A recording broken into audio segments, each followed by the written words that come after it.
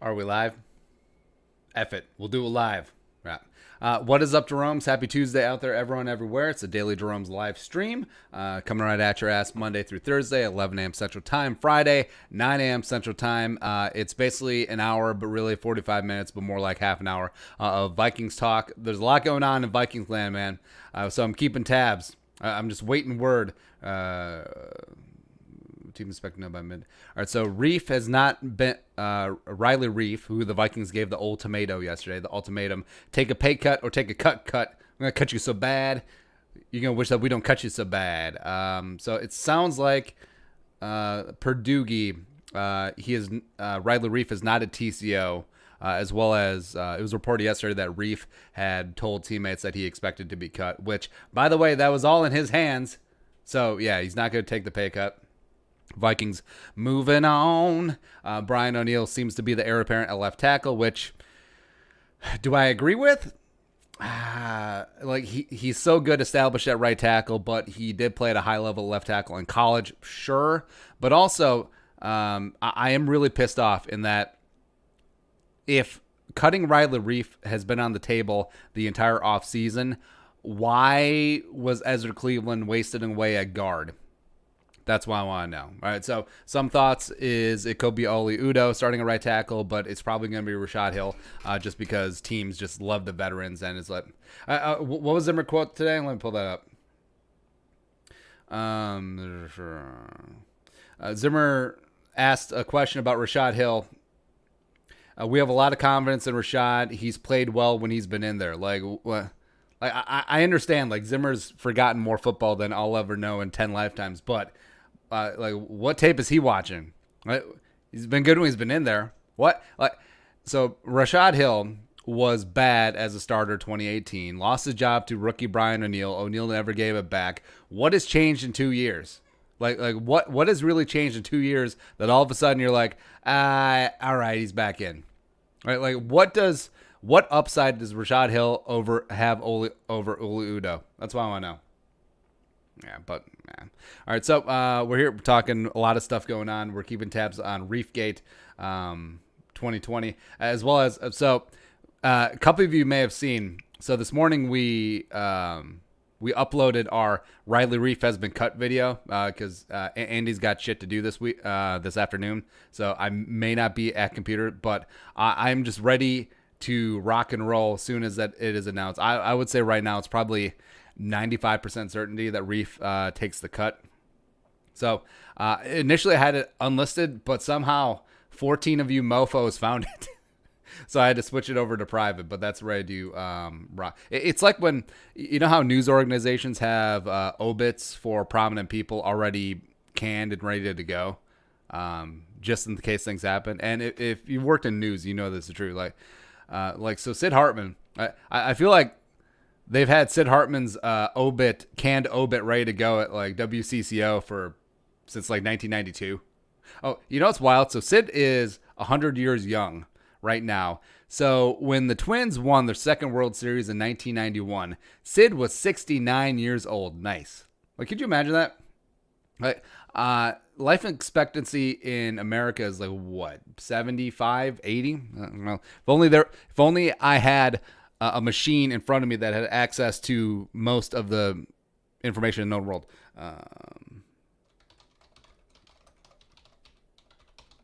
Except, isn't it 78.4? I mean, like 69 is, well, nice. It's about rounding into old age, right? I feel like 69, 70 years old, you still have your faculties and you're still able to, be spry and lively and just getting after it. But I feel like 70 is like when you start going to sort of territory. So Sid has lived 30 years past that. And he's still working, so respect.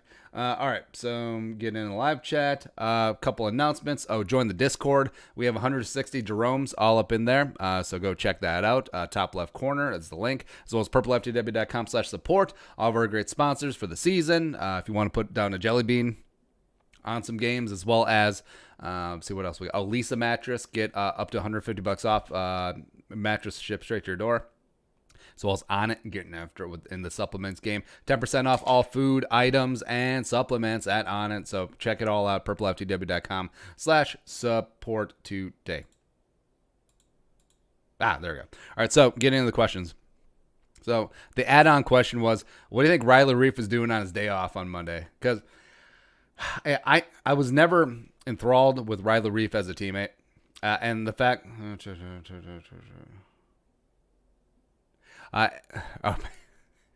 Zimmer's really trying to sell Rashad Hill. He's 10-5 as a starting player. That's okay.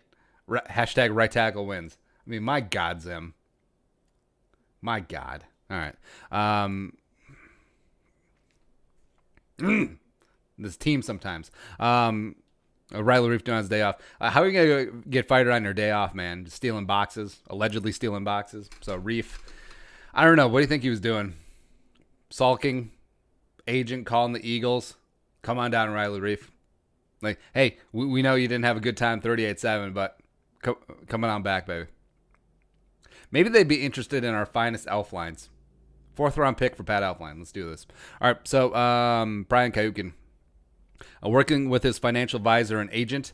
All right, Riley. Here's the basis. You can take 7 or whatever the Vikings were offering in a cut, or 0. Like, what is more, 7 or 0? Also, in open free agency, do you expect to get more than 7 as of right now? Probably not. So, yeah. Is there any trade value left in Anthony Barr? I don't think any team wants to take on that contract. And they're not going to do anything this year because I think he has like a $20 million dead cap hit. But, I mean, it wasn't a good contract by the Vikings. I understand that Barr played his cards very well. In fact, so I have heard that Barr actually had 0 interest in joining the Jets, but he did the entire routine just to get every single last penny out of the Vikings when the Vikings came back in 11th hour. It was just like a baby come back. Like John Cusack at the end of Say Anything holding the boombox. That was Zimmer and Spielman. It's not a good deal, man.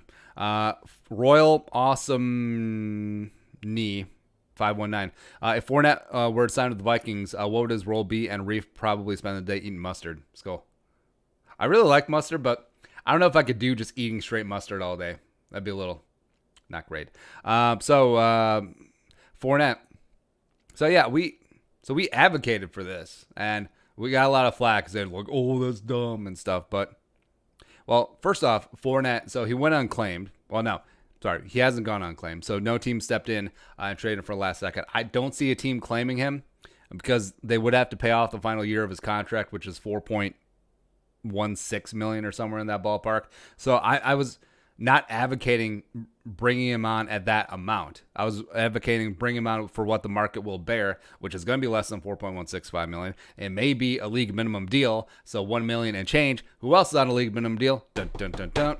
Amir Abdullah, who I like as a 4th running back / receiver, but the thing that the Vikings are missing is that power in between the tackles, 3 yards in a cloud of dust type running back, and Fournette could certainly fill that role. Also, Fournette rushed for more yards than Dalvin last year, which Dalvin is obviously the superior running back, but Fournette, to his credit, has had 2,000-yard seasons in his first 3 years when he's not hurt or suspended. So, I don't know. Charlie Boltman, he and his agent were definitely looking for other teams.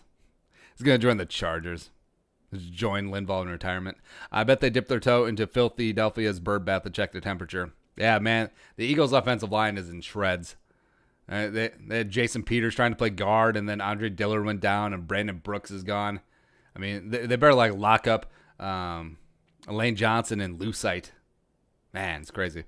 Isn't it a double win if Reiff signs with the Lions? I can't wait to go back sacking Stafford 8 times a game.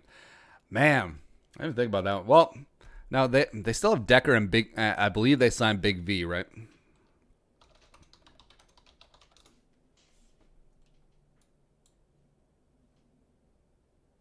Yeah, Decker. Man, and Decker's not even that good.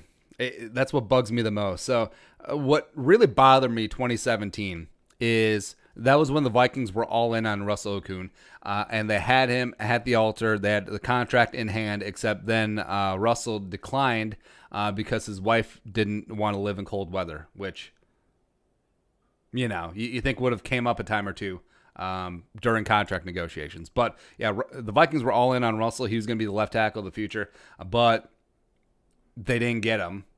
There had even been some talk about bringing Matt Khalil back, which I think if that would have happened, Minneapolis would have rioted. And I don't mean like recent riots. I mean like actual riots. The Khalil riots. But then they signed Riley Reiff to that massive contract, which in the grand scheme of things is not really massive. I think Reiff is the 15th highest paid left tackle in the game, but also it's Riley Reiff. So Riley Reiff was a guy who got demoted. Like, he was moved to right tackle his final season in Detroit for Taylor friggin' Decker, who is not good. So, other than that, I have no thoughts on the matter. All right, next up. Nick Doroff. Also, I know this will come back and bite me because I'm going to talk so much shit about Riley Reiff after he is officially cut. Because I did in the cut video. Can't make up the big time. I'm just trying to keep tabs on what's going on. Maybe I should just get like the ESPN updates, but yeah, whatever. But actually I'll do multi-windows. Oh, technology and stuff. Yeah, but yeah, it's going to come back and bite me because I've been talking so much shit about Riley Reiff. I didn't really like his attitude. I certainly didn't like how he played in big games. But watch, he'll be back. Like, they'll sign him for $4 million to play guard, and they'll just be like, well, crap. Well, but I would actually be okay with that. Nick Doroff, he's playing Mario Kart with O'Neal, Udo, and Samia. I don't know, Riley doesn't really strike me as a video game guy.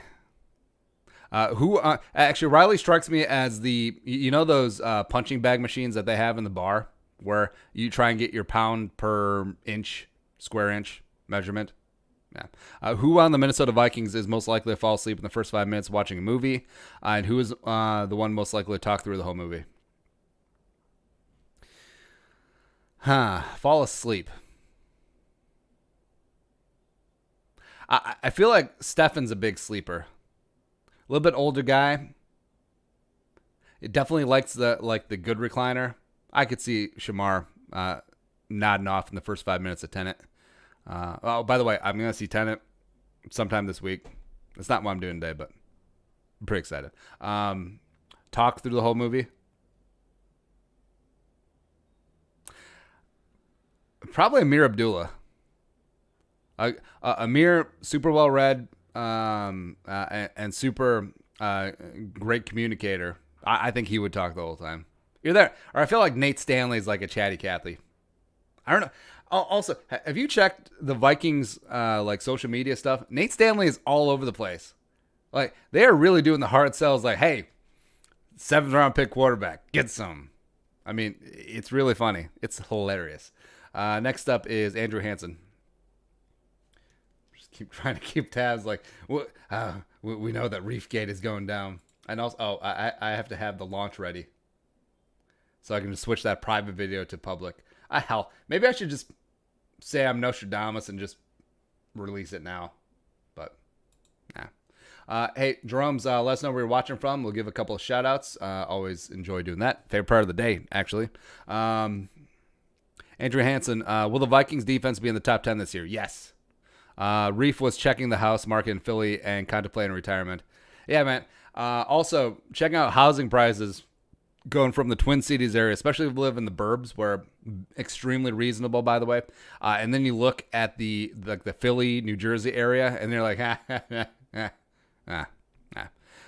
Vuvuzelos, do you think we can sign Yannick long-term a deal after the season? It's possible, but also it's cool that he removed a no tag clause.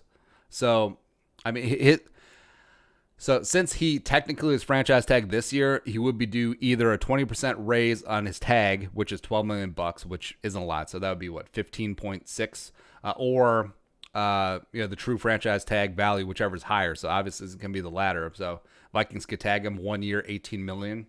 Just see how this thing plays out.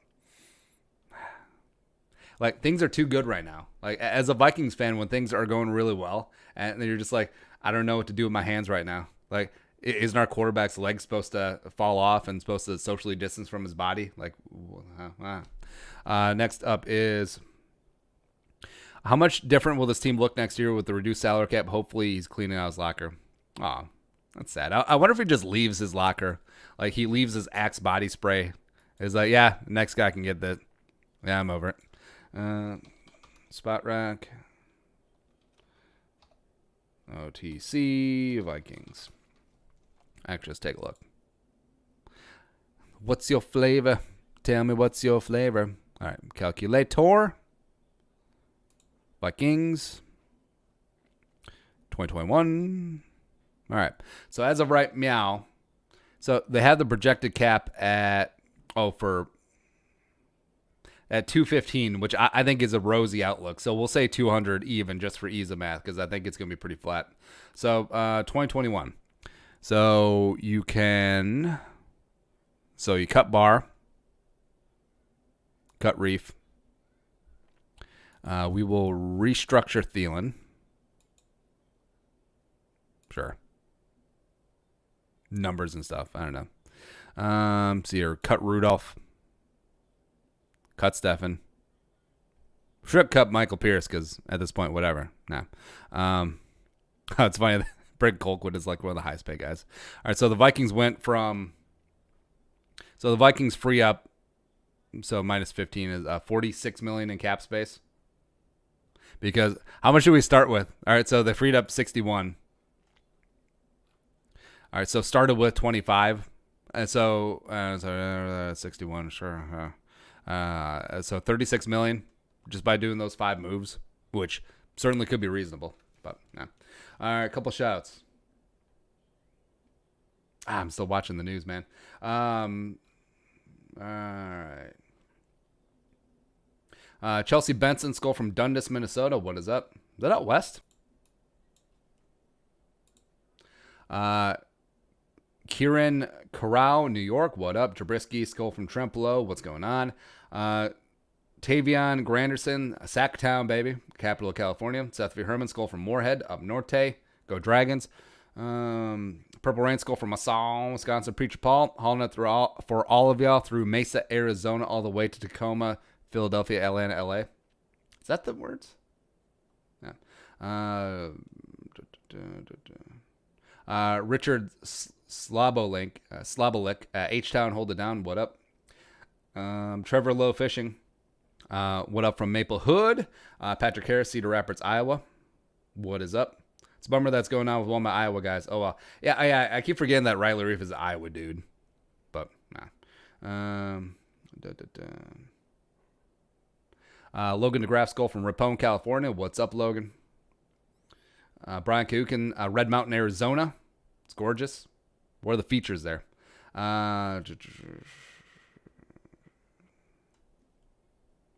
Zach Balskull from Northern Colorado. What is up? Skull Mitzel, Bismarck, North Dakota. Fantastic. I don't know anything about Bismarck. Logan Ripley, hello from Vermont. Great syrup. Brady Vaz, skull from Morris, Minnesota. My great uncle was a professor at University of Minnesota Morris for a long time. Also, it's crazy having a state college in a town of like 1,200 people. Miles Merseth, Cato baby, what is up? Charlie Boltman's out in Tokyo. What's going on? Juan Oraso, Florida. That's right. All right, ready to rock and roll. Let's do this. All right, everyone, you're the best. Thanks for coming along. Just cut Reiff. Actually, this is going to completely backfire.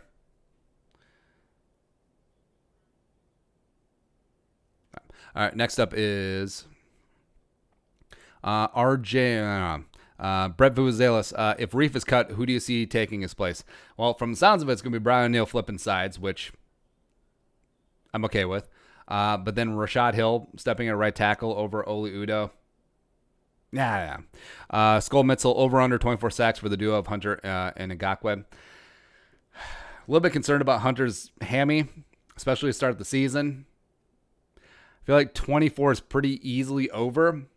But if you gave me the option of Hunter, Yannick, and Afadi over under 30, I would take the 30 for all three of them. Patrick Harris, he was talking to Desmond King about switching houses straight up. Well, since the Chargers just got to LA, I wonder if King rents or buys. And if he owns, it's probably a condo, right? Because Desmond's on his rookie deal. Housing market in LA is redonkulous, even out by the airport. So, also Riley Reiff out in LA, that'd be kind of weird. Just a weird juxtaposition because he's like a South Dakota kid, went to college in Iowa, played in Detroit and Minnesota. And yeah, Splash Brothers cards. Bring back Josh Klein with the money we save from cutting Reiff. Hell yeah. World General Vince Vaughn calling DoorDash so that he can gain enough weight to play nose tackle. I'm actually kind of bummed because you don't see enough offensive to defensive line or vice versa switches. Now, the Vikings did this a couple years ago with Asami Fashion, who I believe was from Florida International. I think was a defensive tackle that they moved to guard. And he was actually pretty okay for a hot second, but then it didn't work out. Did he get arrested? Or suspended for something? All right. Oh, he's from Slittle. Drafted free agent. Oh, yeah, because Dre had a cup of coffee at Florida International on the defensive line. Then they moved him to guard in 2015, waived by the Vikings, made the practice squad. Oh, yeah, he was released in October following a DWI arrest. Oh, there you go. I remember stupid things. Michael Holiday Skull from Boise. What up? Zach Lacey, Brooklyn, New York. Matt Collins, Cumming, Iowa. Yes, that's my town's name. Well, Tyler Candy, Lincoln, Illinois. John Fink, St. Louis. There's a couple of towns in Iowa that are interesting because there's like a Cumming, Iowa that Matthew's from. There's a Fertile, Iowa. There's a Manly, Iowa. Because I remember there was like an old newspaper clip of it was a fertile woman marries a manly man. That passed as humor, like back in the 40s or something. I don't know. All right, what's next? Stan Lamaro, he's calling up bank and financial advisors to see if taking that pay cut is feasible. Well, I feel like Riley Reiff has racked up some decent cash throughout his career. Because he had a first-round deal from the Lions, fifth-year option, deal from the Vikings. So, I mean, a spot rack not loading. Just cut Riley Reiff already, damn it. It doesn't matter. So I would say that he's probably had 30-plus million in career earnings, 35, somewhere in there. And also, Riley doesn't strike me as the kind of guy who just blows through his money. I don't know, maybe he bought a combine. Next up is JoJo Smalls. Who's your breakout player in the league this year? Breakout player in the league this year. Kyler Murray. God, Kyler's really, really good. I just hope that Kingsbury doesn't screw him up. But, Kyler won Offensive Rookie of the Year. And I think that with Nuke, he just really has a chance to go off. As well as Christian Kirk really stepping up another season. It'd be great. Who else? Yannick. Yannick just comes in, makes 0 tackles in the run game, but still racks up 20 sacks. Love to see it. Purple Vengeance. Riley was probably eating his feelings. Aw. Thielen has an extra skip and a step from practice, which I've seen. Looks faster speed-wise, and his cuts are smoother than ever. Realistic goals for the season. Well, I think 110 catches, 1,300 yards, 9 touchdowns, certainly within the realm of possibility. And yeah, Thielen does look a little bit lighter. And it just looks good. He does. I think that it's sort of a Belichick-Brady dynamic with Thielen and Diggs to a degree, where everyone and their mom's like, all right, you guys are better together. And now both Belichick and Brady are driven by ego to prove that, hey, I can do this on my own. So now that Thielen and Diggs have broken up, they're the best wide receiver duo in the NFL. They're Batman and Batman. Now that I think they're parted, I feel like Diggs as well as Thielen, they definitely want to prove that, hey, they're their own guy. We can survive on our own as true wide receiver ones, and I think that you're going to absolutely get that. Next up is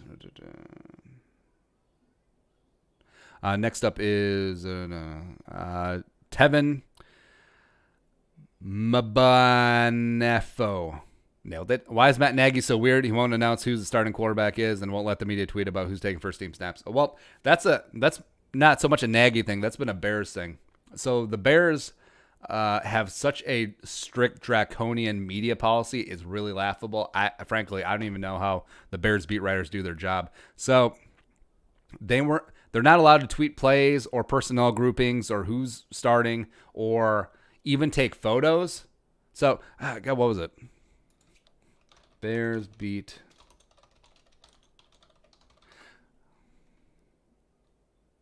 Yeah, so a couple years ago, 2017, they just started making a mockery of their.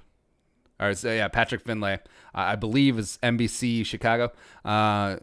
So they can't take pictures, so they just started doing this of drawing, which I love, man. It's just great. Now, you are starting to see. They're using the COVID as an excuse, but they're definitely starting to see a constriction of media access as well as what the media is allowed to put out there. All teams across the board. So I don't know, but Matt Nagy's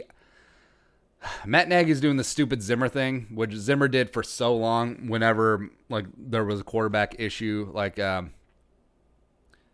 2017 Keenum, even though he'd won eight straight games in a row. Well, I just don't know who my quarterback's going to be. Or 2016 when Bradford got here.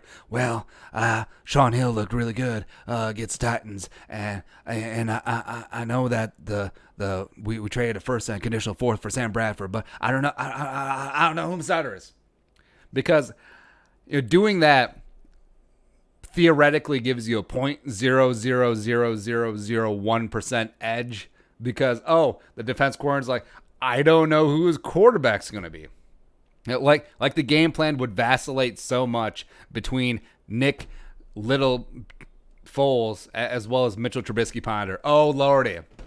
It's like, like, who did they play week one?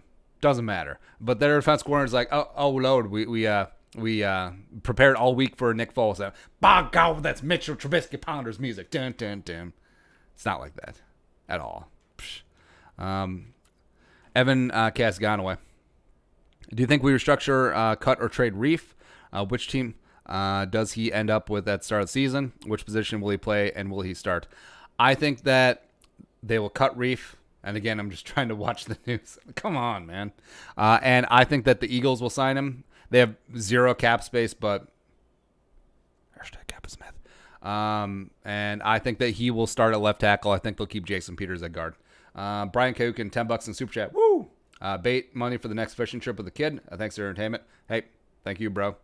You're the best. That's a lot of leeches. So my daughter's awesome. She is the quintessential girly girl. She loves to get dressed up. She loves ponies and unicorns and all of that stuff. She loves painting nails and stuff, and it's awesome. And so when I started taking her fishing, I did not expect her to be fully in on it, but she loves touching the leeches and the minnows and the bait, as well as she's not scared or squeamish at all. And when we're cleaning fish, she loves to watch, and she loves she's almost sociopathic, where it's you are literally taking a life, and it's a hell of a thing to take a life, but she's just we're gonna eat that fish, and it's really cool. I mean, we cut up a walleye this summer, and then she went through, oh, what's that? It's oh, that's the heart. It's what's that? Oh, that's intestines. I'm what's that? It's oh, that's the eyeball. It's just it's interesting. So I think that in 7-8 years, when she goes hunting, which I think she's said that she would like to, her just going full in, knife between her teeth, Rambo style, not even using a rifle or a bow, just going in and sneaking up behind the deer and just slitting its throat, and then just gutting it on scene. We're just okay. Very interesting dichotomy with my girl. Next up is NFL is taking over investigation of Washington's workplace scandal. Yikes, Daniel Snyder, yikes. Yeah, I haven't really kept up on that, but I think that Daniel Snyder is going to end up having to sell the team. It's rough. It's hard out there, man. Taylor Greeno selling his house. My shoes cost more than your house. Jason Sage, have you ever been to a Vikings game? And if so, what was the most memorable moment from it? Either can be from the game itself or some sort of funny incident that happened while you were there. I've gone to one game at US Bank.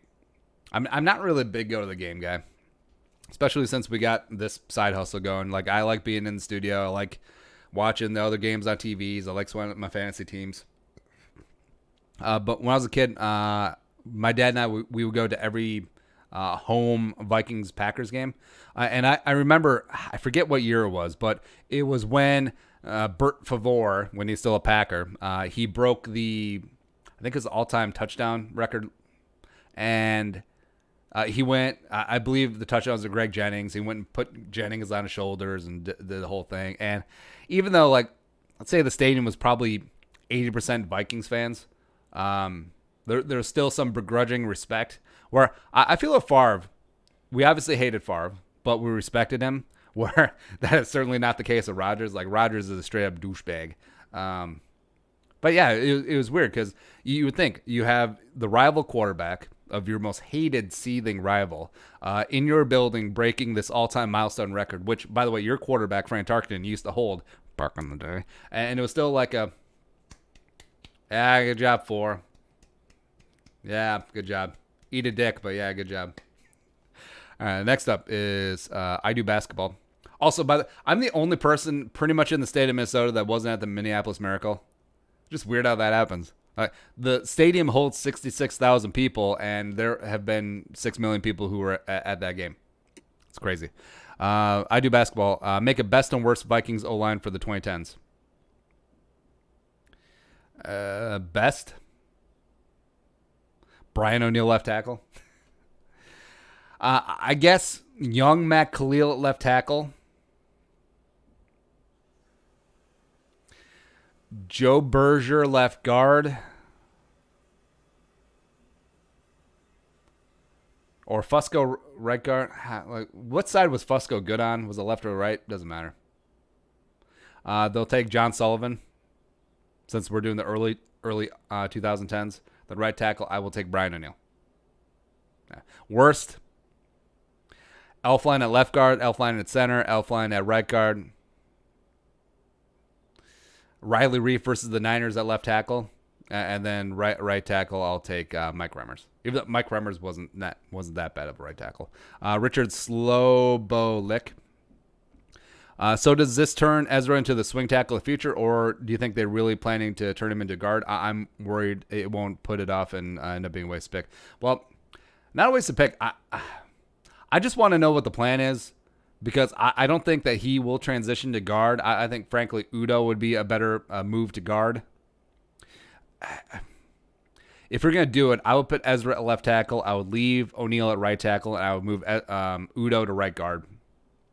But they seem to want to do the opposite, which, doing the opposite of what's smart. Just like last year, having Josh Klein play right guard and Elfline play left guard. Okay. Great. I don't think it'd be a waste of pick, as well as Blake Brandel had himself a really good camp, too. So, man. Brian Kahukin. Cynthia Freeland used AI to predict the Vikings win 8.9 games. What did she run Madden franchise 500 times? LOL. Yeah, I mean, the analytics people are much smarter than myself, so I have no idea. I feel like I could just run a simulation, too, like, yeah, the Vikings are winning 15.9 games. Suck it. Yeah. Boom Addict. Rick is secretly an active jabroni. Who is it? Jabroni or Jerome? Because that would actually be great if he's on here secretly, like, talking a bunch of ish. That would actually be hilarious. Pulford Skull. Pro Football Talk said that Riley Reiff told the team he expects to be cut. Sounds like we are going to see some new faces. Well, Rick do the extra money now. Probably selling his house and looking at teams to use him. So, is he cut yet? right, so the Vikings will free up either 8.8 or 11 million, depending on how they structure that dead money. But I don't know. I think that they're doing it just to have it on hand.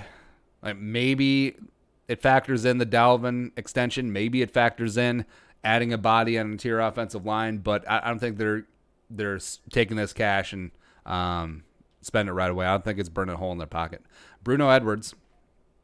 You can choose for the Vikings to sign or trade for one more player. What are you doing and who are you getting? Let's see here. Restructure Barr, restructure Rudy, restructure Stefan, restructure Cousins, and trade a 2022 second rounder for Joe Thuney. All in.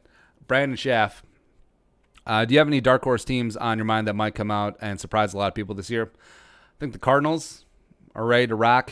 I think the Browns have so much damn talent that it doesn't make sense the horrible year they had last year. I think Stefanski could really get things going for the Browns in that division. Plus, I mean, beyond the Ravens, like who really scares you in that division? Steelers, not really at this point. Bengals, certainly not. I think the Panthers with Matt Rule. Matt Rule is a great leader. They have a lot of young speed talent on that defense. Teddy with McCaffrey, even though they didn't spend a single draft pick on offense, which is just, how can I do Teddy like that, man? But yeah. Next up is Skull Mitzel. Who's your sleeper team this year in the NFC? Mine is Cardinals. Cardinals. It's the Cardinals, Panthers. That's really about it. Although, wouldn't it be just so fitting if Washington just got their ish together in a season where they changed their name, where their owner is being blown to bits, rightfully so, and then all of a sudden, like Dwayne Haskins, Alex Smith, comeback player of the year, he reverts back to like Niners Alex Smith. He's phenomenal. Scary Terry McLaurin ascends the heights and becomes a top 5 receiver in the league. The defense, they have so much talent in that defense, like John Allen and Montez Sweat and, of course, Chase Young. Like, my God, they have a lot of talent in that front seven. And then Antonio Gibbs from Memphis just absorbs all that running back work. Like, screw Adrian, screw possibly signing Fournette. Screw Bryce Love, screw Darius Geis. It's Gibson time. Let's go, babe. Skull Mitzel. Why can't the Big Ten be like the Missouri Valley Conference? Let teams play a 3-game schedule this fall. Makes no sense for them not to be playing while all these other teams are. Well, even beyond that, so Iowa can't play football, but Iowa State can. It is unsafe for Indiana to play football, but Notre Dame can. It's unsafe for Northwestern to play football, but Notre Dame can. Same relative area. I don't know. Like the whole Big Ten thing, the more details that come out, it does seem that Kevin Warren made a poor decision without thinking out ramifications based on political motives, which, it's going to happen this year. But I think there's still time. I think that they will reverse course, frankly. I think the Big Ten is going to play a season. And also, again, we keep it pretty apolitical on here by design. I know that sports is your refuge to get away. But the proposal to start a season after Thanksgiving, what's the difference between now and Thanksgiving? Like, what is significantly going to change? Like, besides the election, like what is happening? So yeah, the fact that it's just so transparent is just frustrating. As well as a lot of people point out this hypocrisy. I actually think Seth Mandel from Sports Illustrated pointed this out, where it was the Michigan president tut-tutting and be like, "Oh, I fully agree with the decision not to play football," and then Mandel pointed out he was all like, we got this. When enrollees came in, the students came back for the fall. Yeah, 45,000 paying customers at your school. You're just like, we can do this. But football, no. I still want Ryan Day on Ohio State to go full Leroy Jenkins, be like, hey, Harbaugh, we're going to schedule a game, and it's going to be great. And if the schools step in, if the NCAA steps in, if the Big Ten steps in, we'll be like, what are you going to do about it? I would actually love to see that showdown, man. It'd be great. I mean, you got parents picketing Chicago, the headquarters for the Big Ten. You have Nebraska players filing lawsuits. This was not well thought out. And I really like Kevin Warren. I thought that his time here with the Vikings COO, he's a good man. He's a good leader. He does make tough decisions. This was a stupid one. This was absolutely stupid. All right, next up. Seth V. Herman, do you think Yannick trades shows desperation? No, I mean, not for that price. Say the Vikings gave up a first and a second for Yannick, and I was like, yeah, that's desperate. But the fact that you get him for $6 million less than his tag, you get him for a second and future conditional fifth. I mean, shoot. How do you think the trade Reiff ultimatum affects the locker room? I think guys understand it's a business. So we did a video earlier about Afadi being mad, the fool's gold thing. It's not so much about Yannick. It's more about that he was perceived to have been promised a spot, even though I don't think it changed much. But yeah, even with Reiff, I don't think there's necessarily like a huge love loss with Reiff and the team and the locker room. I think that they see it as a business decision and next man up. Stanley Morris, who's winning a fight, Daniel Jones or Baker Mayfield? Baker. Plus, that Baker's been in like a bar fight or two in his day. Daniel Jones on a Saturday night, 8 p.m. is at home sipping on some skim milk and just like trying to emulate Eli. Get out of here. I don't like Daniel Jones. Luke K, what kind of pizza should I order for the first Vikings game and from what place? Well, if you're from Minnesota, I always advocate Black Sheep. Get the mushroom pizza. But if you're talking about like national whatevers, I will say,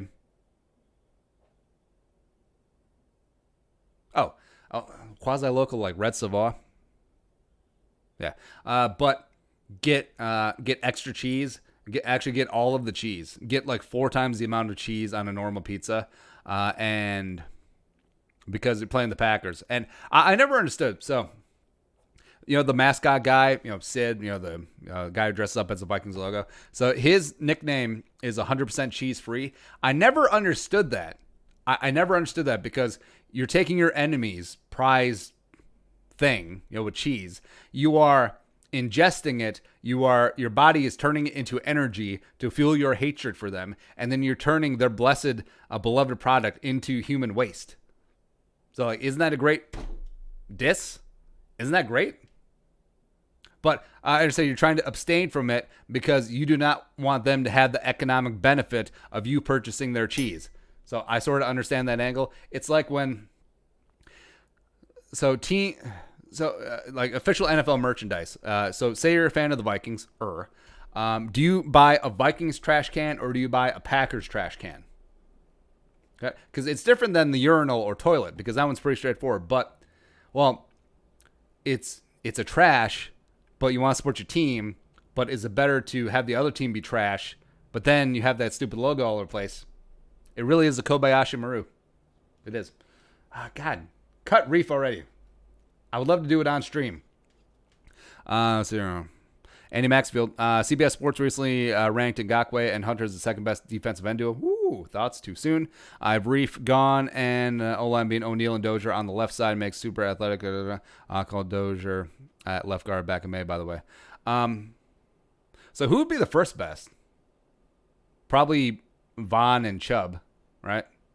I mean, second best is sort of high praise. Again, I'm not used to the national media jabroni haircuts actually gauging the Vikings accurately, but I mean, yeah, they're both 25. They both get after it, and it's great. It really is great. Bruno Edwards, you should start a purple for the Win Fantasy League. We had one last year. Jerome started it. I'm too lazy to start one. We'll figure it out. We do have a Survivor League, which, let me plug that right now. All right, so we have 123 people in the Survivor League. Now why are you being such a jerk? I'm a survivor.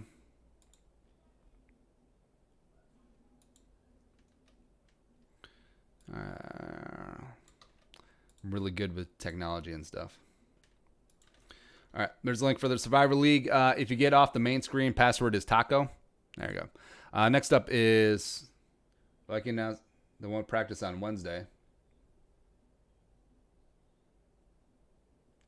All right.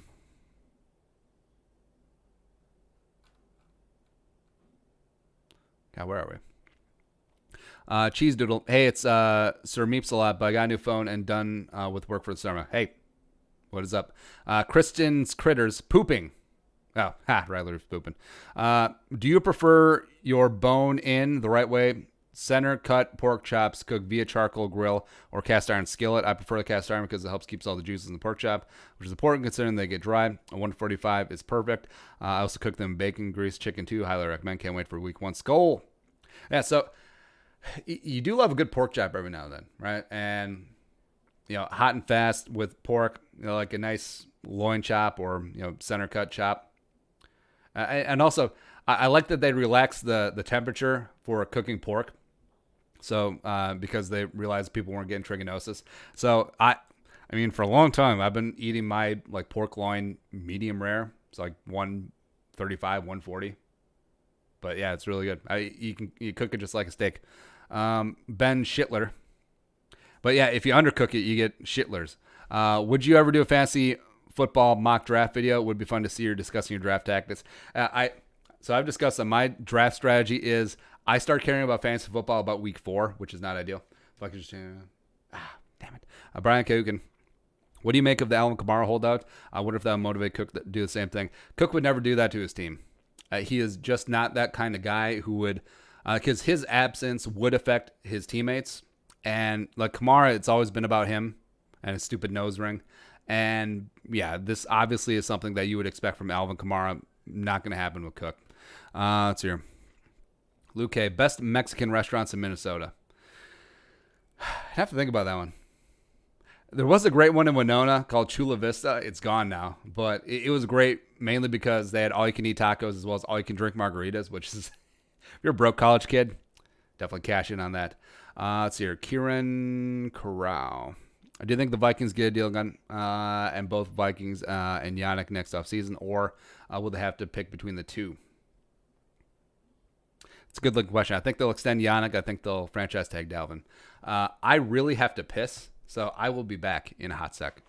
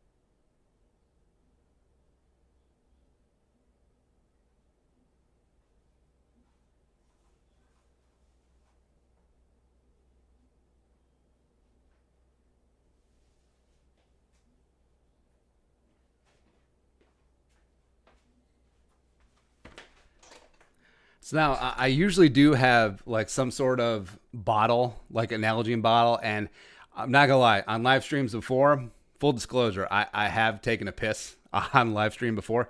Now you're gonna go back and look, but yeah. Oh, also, so the wife gives me gripe because occasionally I will pee in one of my own Nalgene bottles, and then I'll just wash it, then just use it, and she thinks it's gross, but I feel like, well, I think they invented soap for.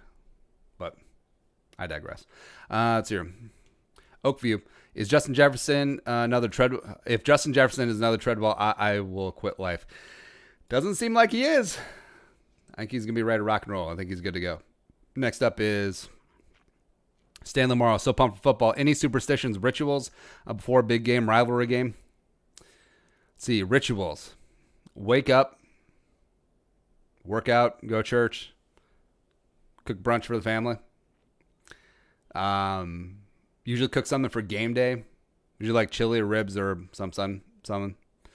Make a strong pot of coffee. Go full on like French press diesel. And then sit and BS with you guys and make videos. That's it. Donovan Lee. If Riley Reiff is cut, do you think the Vikings would take some of the money and try to re-sign Josh Klein and play left guard? I think it would make sense. Still haven't cut him yet. Yannick's going to speak to the Twin Cities Jackals, Twin Cities Media on Friday. Cool. Pulford Sculpt. Where do you think Devonta Freeman and Fournette will land, and will it be before the season starts? Seems like the Bears are. I think that. I don't think Freeman will be on a team to start the season. I think Fournette will probably be scooped up by the Bears, which kind of sucks, but what can you do? Wolves crying. Oh, Riley Reiff is crying. Charlie Boltman. Vikings should trade the Patriots for second-year guard Yalda Froholt. I'll send them a third rounder. They can use Armand Watts as a reference. Patriots originally drafted him in the fourth round. I do like Yalda. He is really good. I really enjoyed his Arkansas tape. Frankly, I was all in on the Vikings going after him last year. But yeah, if he's rotting on the Patriots bench, I'd at least buzz the tower. Let's go. All right, so that is it. Yeah, that is it. That is the Daily Jerome's live stream for Tuesday. Everyone, thank you very much for coming along. You guys are the best. Also, if you're going to drink out of your piss Nalgene, rinse it. I mean, who knows how many times I've actually peed in this thing. The world may never know. Join the Discord. Join the Survivor. purplefgw.com/support. All the ways you can support us. We are gone. All right. Talk to you tomorrow. 11 a.m. Central Time. Skull. Production value. And awkward as I try to end the stream.